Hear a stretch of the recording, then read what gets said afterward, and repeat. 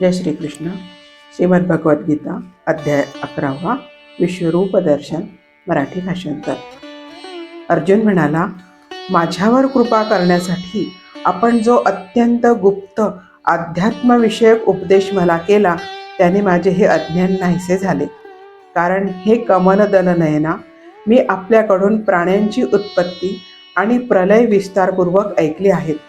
तसेच आपला अविनाशी प्रभावही ऐकला आहे. हे परमेश्वरा, आपण आपल्याविषयी जसे सांगत आहात ते बरोबर तसेच आहे. हे पुरुषोत्तमा, आपले ज्ञान, ऐश्वर्य, शक्ती, बल, वीर्य आणि तेजयुक्त ईश्वरी स्वरूप मला प्रत्यक्ष पाहण्याची इच्छा आहे. हे प्रभो, जर मला आपले ते रूप पाहता येईल असे आपल्याला वाटत असेल तर हे योगेश्वरा, त्या अविनाशी स्वरूपाचे मला दर्शन घडवा. श्री भगवान म्हणाले, हे पार्था, आता तू माझी शेकडो हजारो नाना प्रकारची, नाना रंगाची आणि नाना आकारांची अलौकिक रूपे पहा. हे भरतवंशी अर्जुना, माझ्यामध्ये अदितीच्या 12 पुत्रांना, 8 वसूंना, 11 रुद्रांना, दोन्ही अश्विनी कुमारांना आणि 49 मरुद्गणांना पहा. तसेच आणखीही पुष्कळशी यापूर्वी न पाहिलेली आश्चर्यकारक रूपे पहा. हे अर्जुना, आता या माझ्या शरीरात एकत्रित असलेले चराचरासह संपूर्ण जग पहा. तसेच इतरही जे काही तुला पाहण्याची इच्छा असेल ते पहा. परंतु मला तू या तुझ्या चर्मचक्षूंनी खात्रीने पाहू शकणार नाहीस, म्हणून मी तुला दिव्य दृष्टी देतो. तिच्या साह्याने तू माझी ईश्वरी योगशक्ती पहा. संजय म्हणाला, हे महाराज, महायोगेश्वर आणि सर्व पापांचा नाश करणाऱ्या भगवंतांनी असे सांगून मग अर्जुनाला परम ऐश्वर्ययुक्त दिव्य स्वरूप दाखवले. अनेक तोंडे व डोळे असलेल्या, अनेक आश्चर्यकारक दर्शने असलेल्या, पुष्कळशा दिव्य अलंकारांनी विभूषित आणि पुष्कळशी दिव्य शस्त्रे हातात घेतलेल्या, दिव्य माळा आणि वस्त्रे धारण केलेल्या, तसेच दिव्य गंधाने विभूषित, सर्व प्रकारच्या आश्चर्यांनी युक्त अनंत स्वरूप, सर्व बाजूंनी तोंडे असलेल्या विराट स्वरूप परमदेव परमेश्वराला अर्जुनाने पाहिले. आकाशात 1000 सूर्य एकदम उगवले असता जो प्रकाश पडेल तोही त्या विश्वरूप परमात्म्याच्या प्रकाशा इतका कदाचितच होईल, म्हणजेच होणार नाही. पांडुपुत्र अर्जुनाने त्यावेळी अनेक प्रकारात विभागलेले संपूर्ण जग देवाधिदेव भगवान श्रीकृष्णांच्या त्या शरीरात एकत्रित असलेले पाहिले. त्यानंतर तो आश्चर्यचकित झालेला व अंगावर रोमांच उभे राहिलेला अर्जुन प्रकाशमय विश्वरूप परमात्म्याला श्रद्धाभक्तीसह मस्तकाने प्रणाम करून हात जोडून म्हणाला. अर्जुन म्हणाला, हे देवा, मी आपल्या दिव्य देहात संपूर्ण देवांना तसेच अनेक भूतांच्या समुदायांना, कमळाच्या आसनावर विराजमान झालेल्या ब्रह्मदेवाला, शंकराला, सर्व ऋषींना तसेच दिव्य सर्पांना पाहत आहे. हे संपूर्ण विश्वाचे स्वामी, मी आपल्याला अनेक बाहू, पोटे, तोंडे आणि डोळे असलेले तसेच सर्व बाजूंनी अनंत रूपे असलेले पाहत आहे. हे विश्वरूपा, मला आपला ना अंत दिसत, ना मध्य दिसत, ना आरंभ.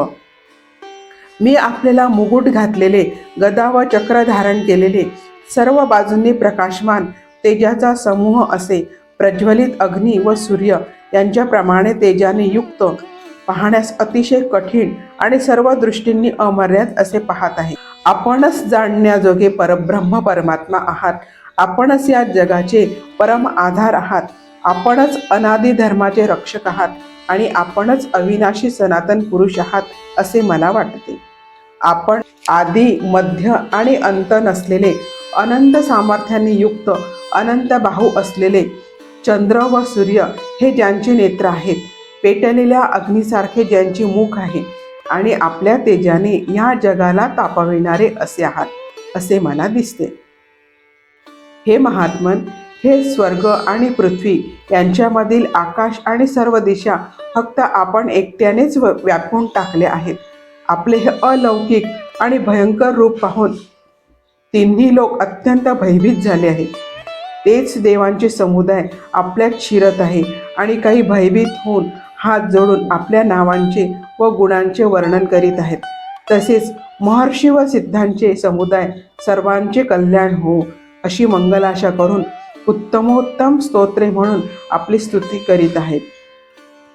11 रुद्र, 12 आदित्य, तसेच 8 वसु, साध्यगण, विश्वेदेव, 2 अश्विनी कुमार, मरुद्गण आणि पितरांचे समुदाय, तसेच गंधर्व, यक्ष, राक्षस आणि सिद्धांचे समुदाय हे सर्वच चकित होऊन आपल्याकडे पाहत आहेत.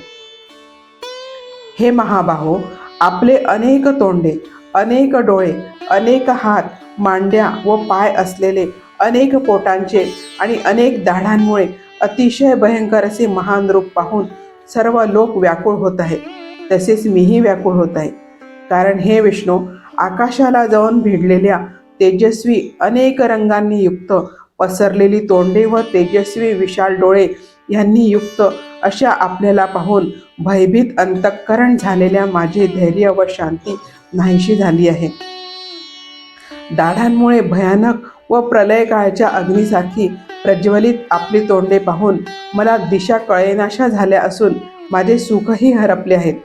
म्हणून हे देवाधिदेवा, हे जगन्निवासा, आपण प्रसन्न व्हा. ते सर्व धृतराष्ट्राचे पुत्र राजसमुदायासह आपल्यात प्रवेश करीत आहेत आणि पितामह भीष्म, द्रोणाचार्य, तसेच तो कर्ण आणि आमच्या बाजूच्याही प्रमुख योद्ध्यासह सगळेच आपल्या दाढांमुळे भयंकर दिसणाऱ्या तोंडात मोठ्या वेगाने धावत धावत घुसत आहेत आणि कित्येक डोकी चिरडलेले आपल्या दातांच्या फटीत अडकलेले दिसत आहेत. ज्याप्रमाणे नद्यांचे पुष्कळसे जलप्रवाह स्वाभाविकच समुद्राच्याच दिशेने धाव घेतात, अर्थात समुद्रात प्रवेश करतात, त्याचप्रमाणे ते मनुष्य लोकातील वीर आपल्या धडाडून पेटलेल्या तोंडात शिरत आहेत. जसे पतंग मोहाने मरून जाण्यासाठी पेटलेल्या अग्नीत अतिशय वेगाने धावत शिरतात, तसेच हे सर्व लोकही स्वतःच्या नाशासाठी आपल्या तोंडात अतिशय वेगाने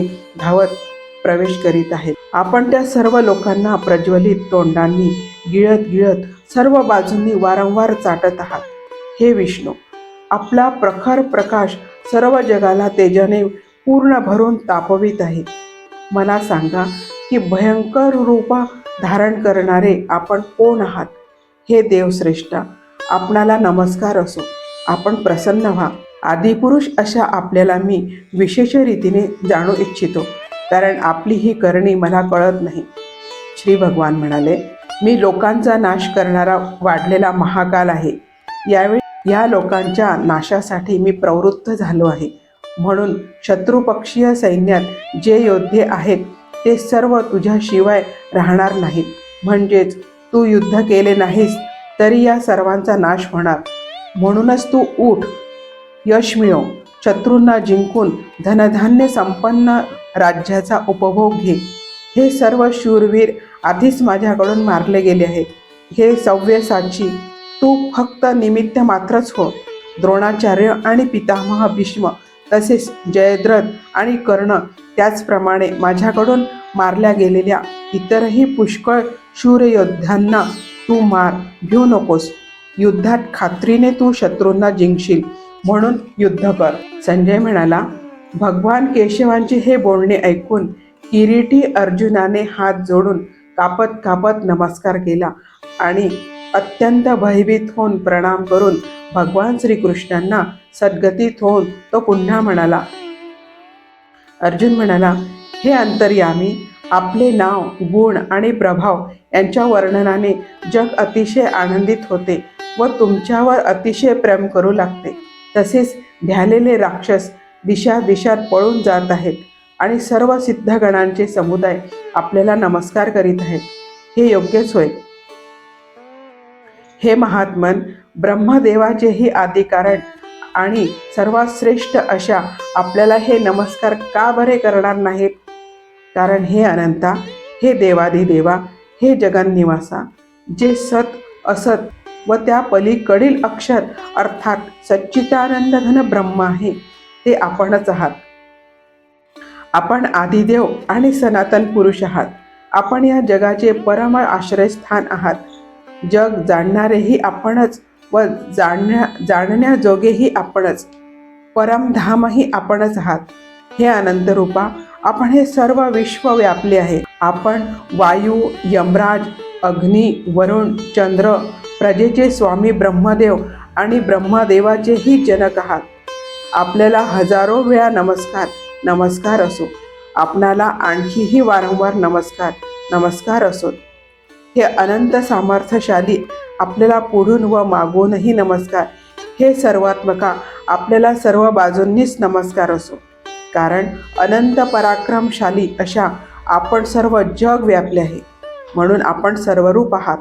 आपला हा प्रभाव न जाणण्यामुळे आपण माझे मित्र आहात असे मानून प्रेमाने किंवा चुकीने मी हे कृष्णा, हे यादवा, हे सख्या असे जे काही विचार न करता मुद्दाम म्हटले असेल आणि हे अच्युता माझ्याकडून विनोदासाठी फिरताना, झोपताना, बसल्यावेळी आणि भोजन इत्यादी करताना आपला एकांतात किंवा त्या मित्रांच्या समक्ष जो अपमान झाला असेल त्या सर्व अपराधांची अचिंत्य प्रभावशाली अशा आपणाकडे मी क्षमा मागत आहे. आपण या चराचर जगताचे जनक आहात. तसेच सर्वश्रेष्ठ गुरु व अत्यंत पूजनीय आहात. हे अतुलनीय प्रभावा, त्रैलोक्यात आपल्याला बरोबरीचाही दुसरा कोणी नाही. मग आपल्याहून श्रेष्ठ कसा असू शकेल. म्हणूनच हे प्रभू, मी आपल्या चरणावर शरीराने लोटांगण घालून नमस्कार करून स्तुत्य अशा आपण ईश्वराने प्रसन्न व्हावे म्हणून प्रार्थना करीत आहे. हे देवा, वडील जसे पुत्राचे, मित्र जसे मित्राचे आणि पती जसे आपल्या प्रियतम पत्नीचे अपराध सहन करतात, तसेच आपणही माझे अपराध सहन करण्यास योग्य आहात.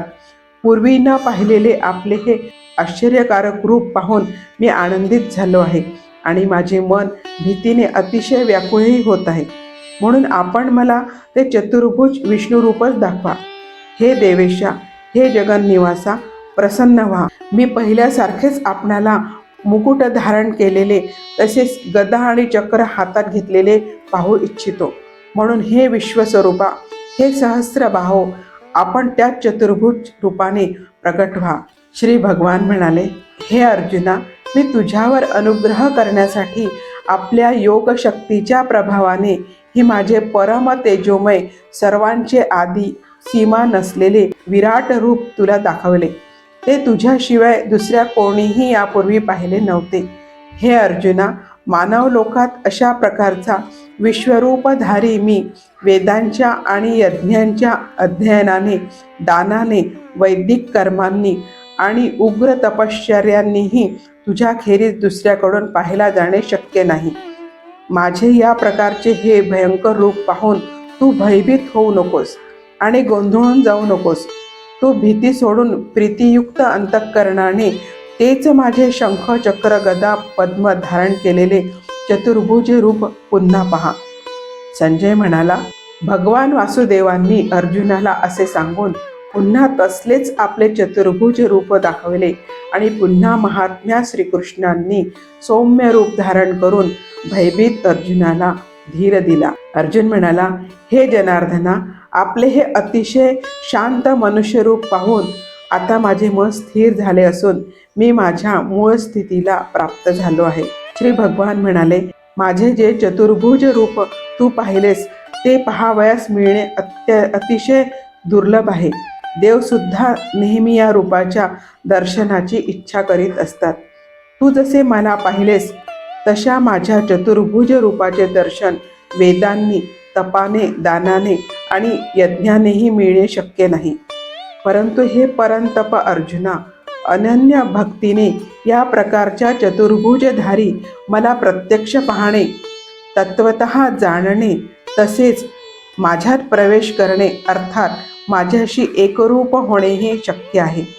हे अर्जुना, जो पुरुष केवळ माझ्याचसाठी सर्व कर्तव्य कर्मे करणारा, मलाच परम आश्रय मानणारा माझा भक्त आसक्तीरहित असतो आणि सर्व प्राणी मात्रांविषयी वैरभाव बाळगत नाही, तो अनन्य भक्त मलाच प्राप्त होतो. जय श्री कृष्ण.